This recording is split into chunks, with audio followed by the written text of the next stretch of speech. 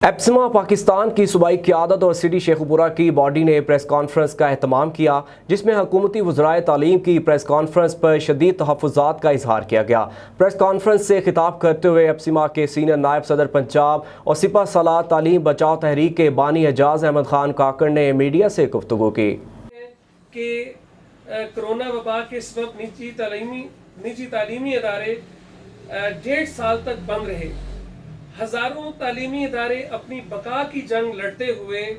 बंद हो गए। हुकूमत ने इस अहम शोबे की बहाली के लिए किसी किस्म का रिलीफ नहीं दिया, तो हुकूमत को सालाना अरबों रुपए टैक्स देने वाला ये शोबा हुकूमत की नाकिस पॉलिसियों की बीम चढ़ा है। तो इस एक मुहतात अंदाज के मुताबिक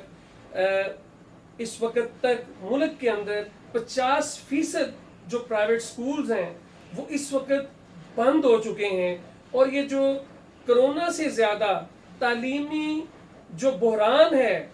जो इस वक्त बढ़ता चले जा रहा है, वो 50% जो प्राइवेट स्कूल्स हैं जो बंद हो चुके हैं, तो गवर्नमेंट इस हालात को कैसे पूरा करेगी, जबकि पहले से ही गवर्नमेंट के साथ जो प्राइवेट स्कूल्स हैं वो 60% अपना रोल प्ले कर रहे थे, अपना किरदार अदा कर रहे थे।